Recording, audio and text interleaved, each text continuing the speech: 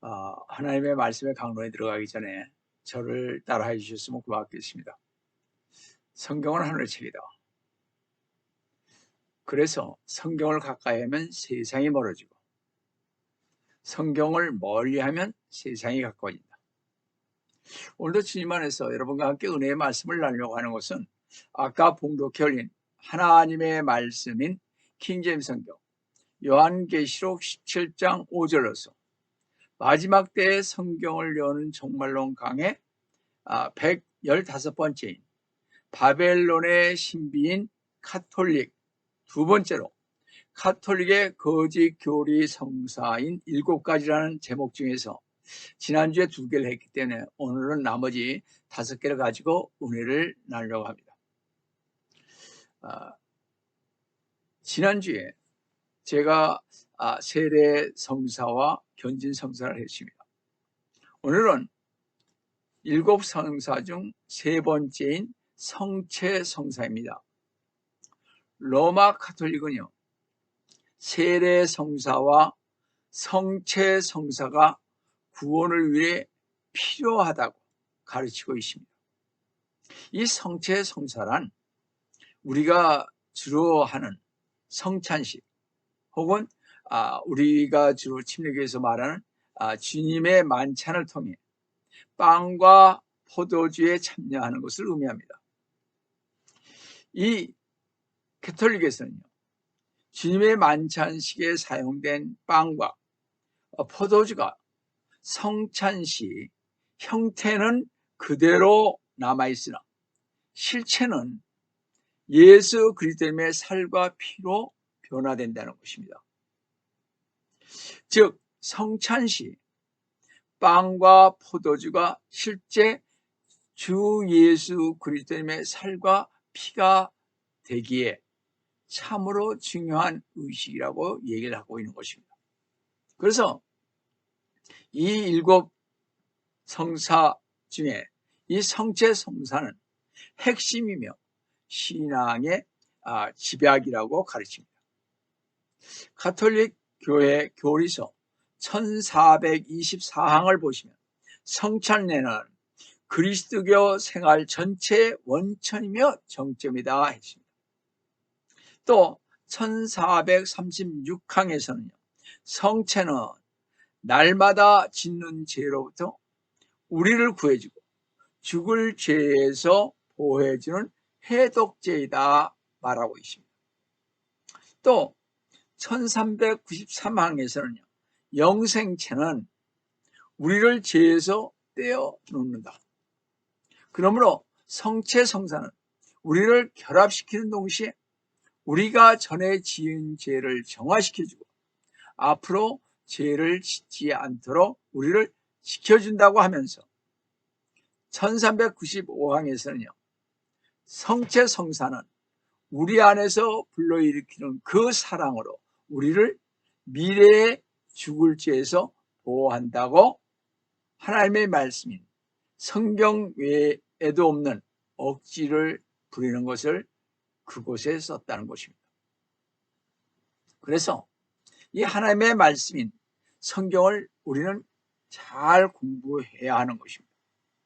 성경은 가톨릭 주장과 다르게 오직 주 예수 그리스도님의 피가 우리의 모든 죄를 용서한다고 골로새서 1장 14절 보시면요, 그 안에서 우리가 그의 보혈을 통하여 구속 곧 죄들의 용서함을 받았느니라고 했으며, 로마서 5장 9절에서는요, 그러므로 이제 그의 피로 주 예수 그리스도님의 피로 의롭게 되었으니 더욱더 우리가 그를 통하여 진노로부터 구원받게 되리라고 했습니다.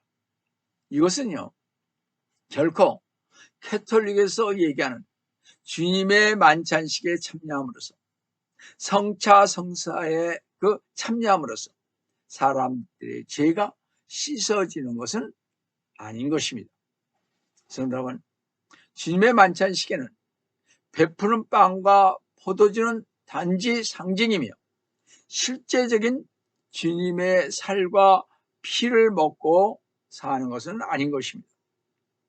누가복음 22장 19절에서 또 빵을 가지고 감사를 드리노 떼어 그들에게 제자들에게요 주며 말씀하시기를 이것이 너희를 위하여 주는 나의 몸이니 이것을 행하여 나를 기억하라고 말씀해서부터시 주 예수 그리스도님께서도 주님의 만찬을 통해 자신의 대속적 죽음을 기억하라고 명령하신 것을 우리는 되새겨 보아야 할 것입니다. 성도 여러분, 이렇게 로마 카톨릭은요 성경을 왜곡하고 자신들의 그 성체 성사 때 반복적으로 주님의 살과 피를 실제로 먹고 마시며 그것이 죄를 씻는 것이라는 이단 교리를 가르치고 실행함으로써 카톨릭 교인들을 지옥으로 보내고 있는 것입니다. 자, 7성사 중 이번에는 네 번째는요 고해성사입니다. 여러분이 잘 아시겠죠? 이 고해성사란 로마 카톨릭에서 세례성사를 받은 자가 범죄한 후 통회의 고백을 한 후 선한 행위로 죄의 대가를 지불하는 보석을 통해서 고해 신부에게로부터 사죄를 받는 것입니다. 그러니까 신부에게 죄를 고백하는 거죠. 이 로마 카톨릭은요 주교나 사제들에게 반복적인 죄의 고백을 통해서 죄를 용서받고 구원받는다고 가르칩니다. 이 카톨릭 교회 교리서요 1486항을 보면 세례받은 다음에 지은 죄의 용서는 회개의 성사, 고백 성사, 참회의 성사, 화해의 성사라고 불리는 고해 성사를 통하여 주어진다고 했습니다. 또 980항에서는요 세례받은 사람은 고해 성사를 통하여 하나님과 교회와 화해할 수 있다고 하면서 1395항에서는 죽을 죄의 용서는 오로지 고해 성사를 통해서 얻어지는 것이다 라고 했습니다. 이 로마 카톨릭은요 요한복음 20장 22절에서 23절을 왜곡하여 주교와 사제들에게 죄를 사하는 권세가 있다고 주장을 합니다. 그러나 하나님 한 분 외에 죄를 용서할 수 있는 사람은 없습니다. 마가복음 2장 7절을 보시면요 하나님 한 분 외에 누가 죄들을 용서할 수 있는가? 성도들에게는요 마리아나 주교나 사제를 포함하여 주 예수 그리스도님 외에 그 어떤 다른 중보자도 필요치 않습니다. 하나님과 우리 사이의 유일한 중보자는 오직 주 예수 그리스도님 한 분뿐이시라고 디모데전서 2장 5절에서 이렇게 말하고 있습니다. 하나님은 한 분이요 하나님과 사람 사이의 중보자도 한 분이시니 곧 사람이신 그리스도 예수라고 했습니다. 성도 여러분, 하나님과 성도들 사이에 중보자를 자처하는 주교나 사제는 결코 하나님의 종이 아니며 오히려 하나님과 성도들 사이를 가로막는 마귀의 종인 것입니다. 이렇게 카톨릭의 모든 거짓 교리들은 우리 주 예수 그리스도의 복음을 제거하려는 사악한 이단 교리인 것입니다. 성도 여러분, 죄들을 사함받는 것은 주 예수 그리스도의 그 십자가에서 흘린 그 피로 되는 것입니다. 그러므로 카톨릭의 주교나 사제들은 어느 누구의 죄들도 사해 줄 수 있는 권세가 없는 것입니다.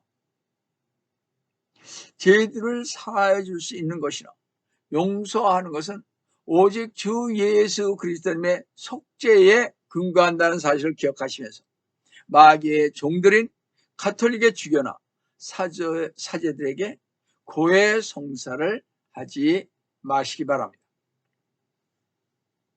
7 성사 중 5번째는 혼인 성사입니다.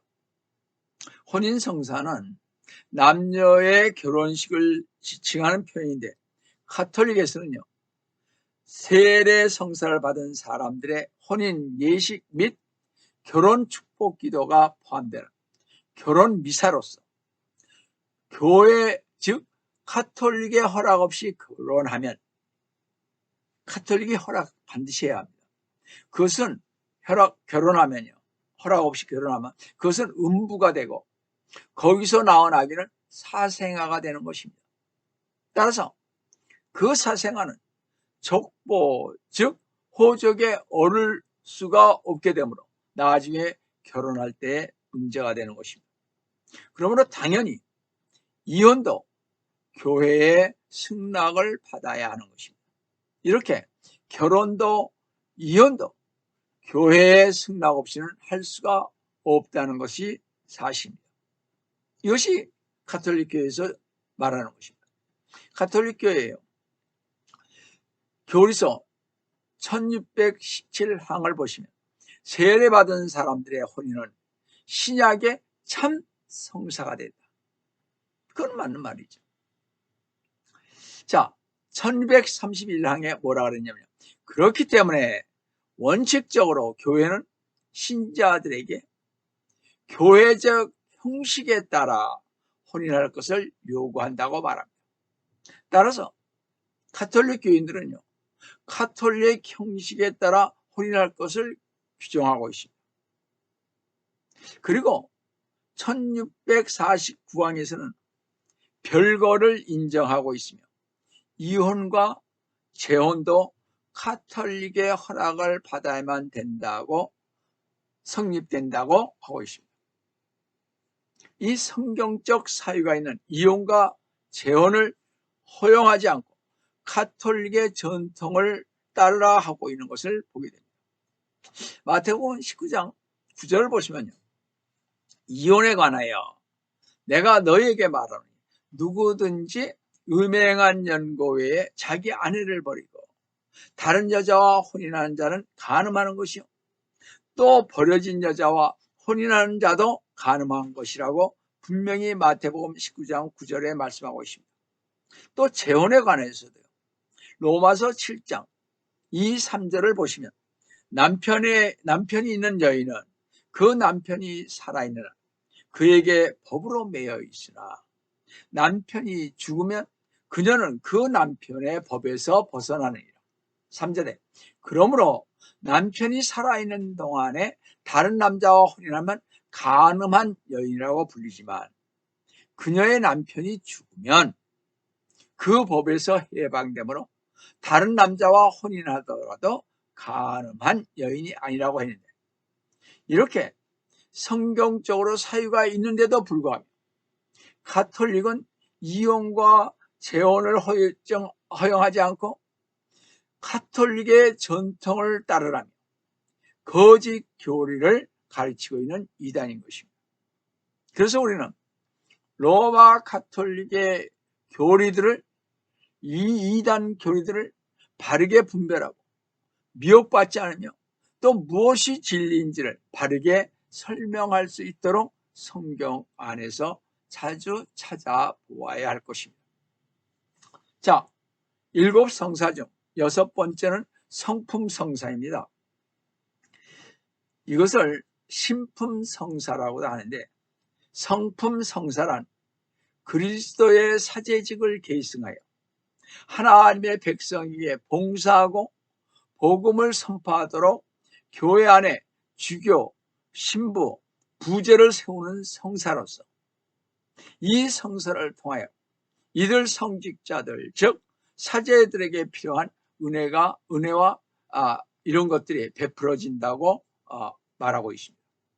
특히 로마 가톨릭은요, 사제를 그리스도의 대리자라고 가르칩니다.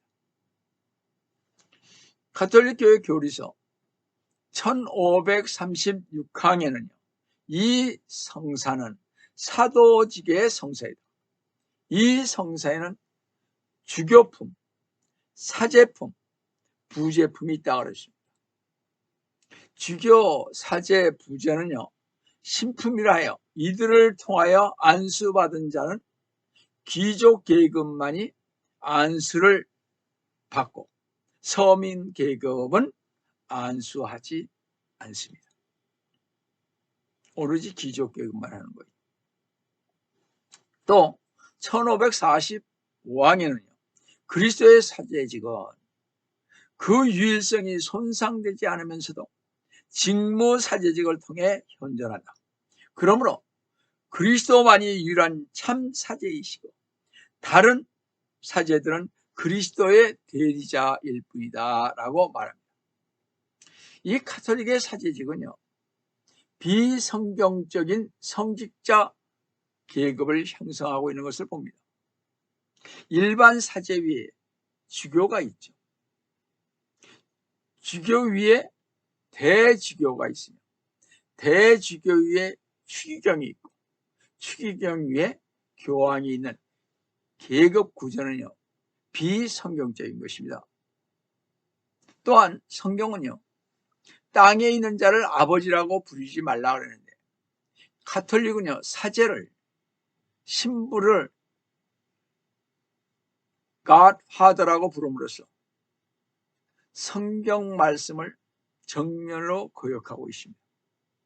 마태복음 23장 9절에 분명히 말씀하기를 또 땅에 있는 사람을 너희 아버지라 부르지 말라.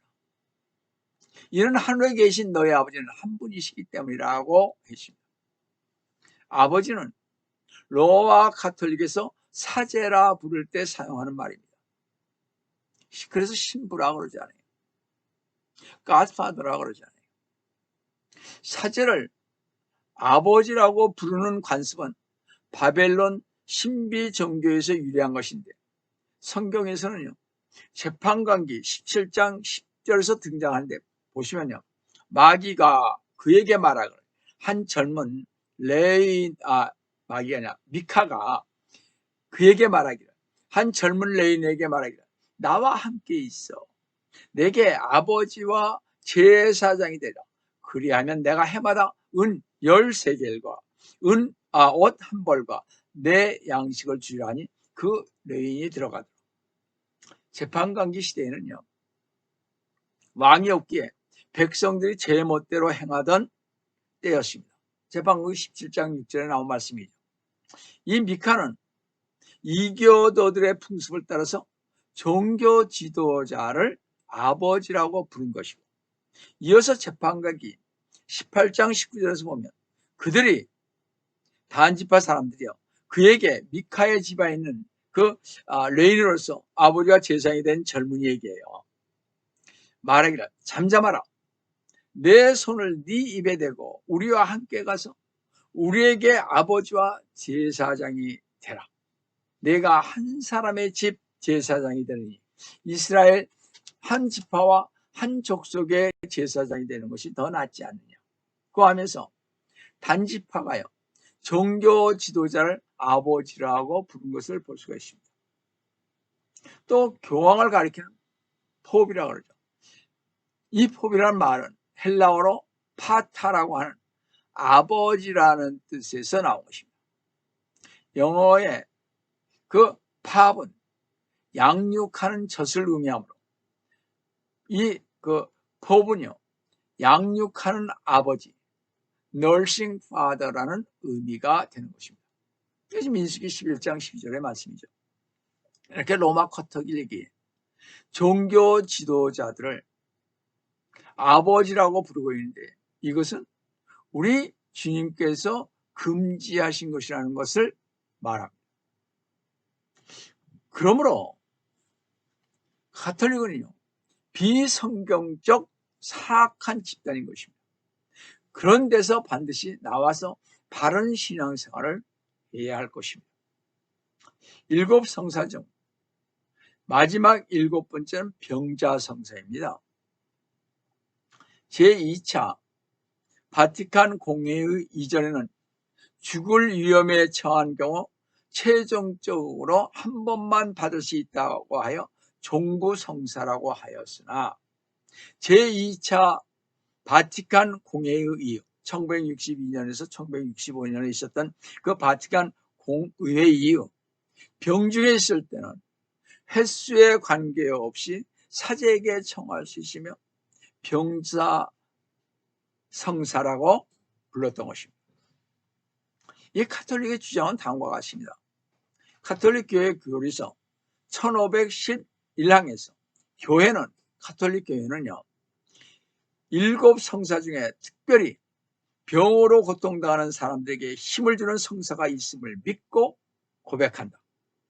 병자 성사가 그것이다 라고 썼으며 1513항에서는요 다음과 같은 기도문을 한 번만 해온다. 주님께서는 주님의 자비로우신 사랑과 기름 바르는 이 거룩한 예식으로 성령의 은총을 베푸셔 이 병자를 도우소.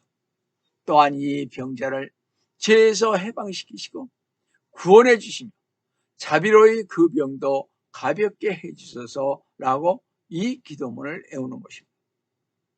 또요 1520항에서는 그가 지은 죄가 있으면 그 죄도 용서받을 것이라고 그랬습니다. 그뿐만 아니라 1524항에서는 교회는 임종을 앞둔 사람에게 병자의 도유 즉 기름을 바른 것 외에도 노자로 성체를 준다고 기록하고 있습니다. 성도 여러분, 이렇게 볼 때 가톨릭은 날 때부터 죽을 때까지 모든 인생을 가톨릭이 주관하며 모든 사람들은 가톨릭에 예속시키기 위해서 7 성례를 만든 것을 우리는 알 수가 있습니다. 이 가톨릭의 성사들에 참여한 가톨릭 교회인들은요 실제로 죄를 용서받지도 구원받지도 못하기에 죽는 순간에도 두려워하게 되며 하나님께 가기 위해서는 노자가 돈이 필요한 것을 봅니다. 쉽게 말씀드려서 죽음이 임박한 신자에게 마지막으로 하나님께 가는 데까지 드는 돈을 준다는 것입니다.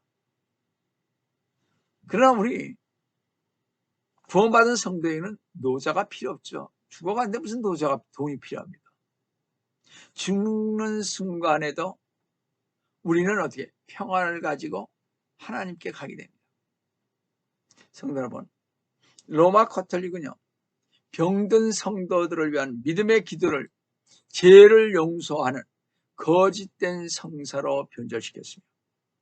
또한 병의 원인을 죄라고만 보는 오류를 범하고 있는 것을 보게 됩니다. 특히 이 병자 성사는 죽기 전까지 구원을 확신할 수 없는 가톨릭 교인들에게나 필요하지만 결국 이것은 구원이 아니라 지옥으로 가는 저주를 선언해 줄 뿐인 것입니다.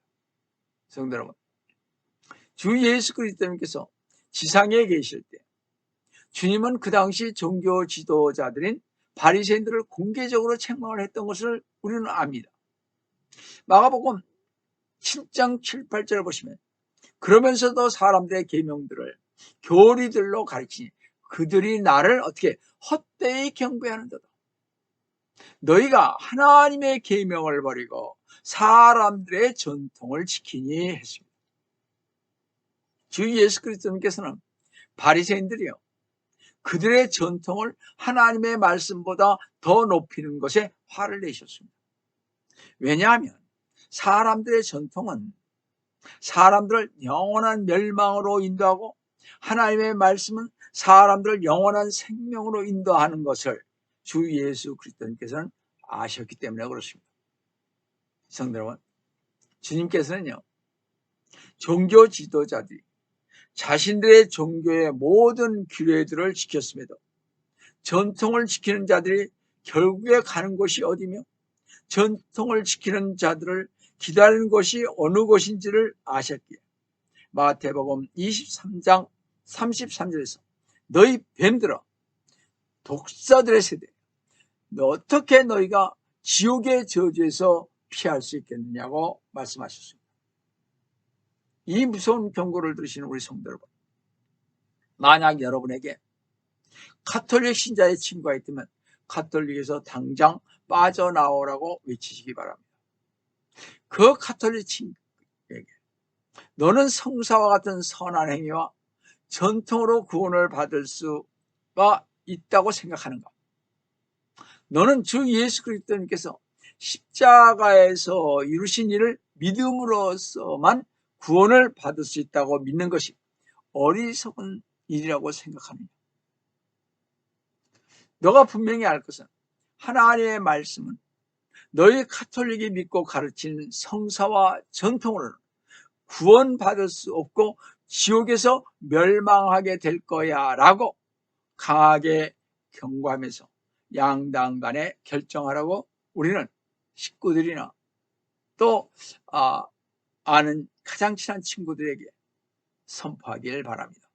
성도 여러분, 우리 모두는 하나님의 기록된 말씀을 따를지 아니면 가톨릭 교회의 가르침과 전통을 따를지 둘 중 하나에 그 선택해야 할 때 천국과 지옥 중 하나님의 기록된 말씀을 택하시고 영원한 하나님 나라에서 주님과 영원히 사시기를 주 예수 그리스도님의 이름으로 축원드립니다.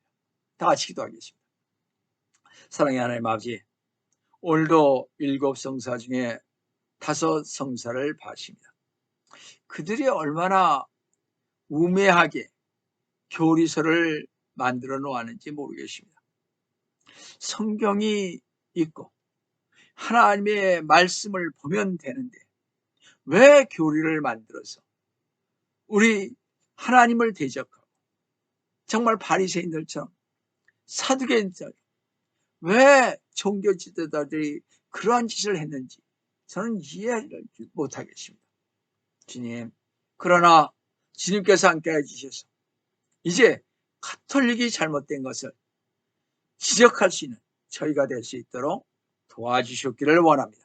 오늘도 주님께서 저희와 함께 해주심을 감사하고 주 예수 받들어 간절히 기도드립니다. 아멘.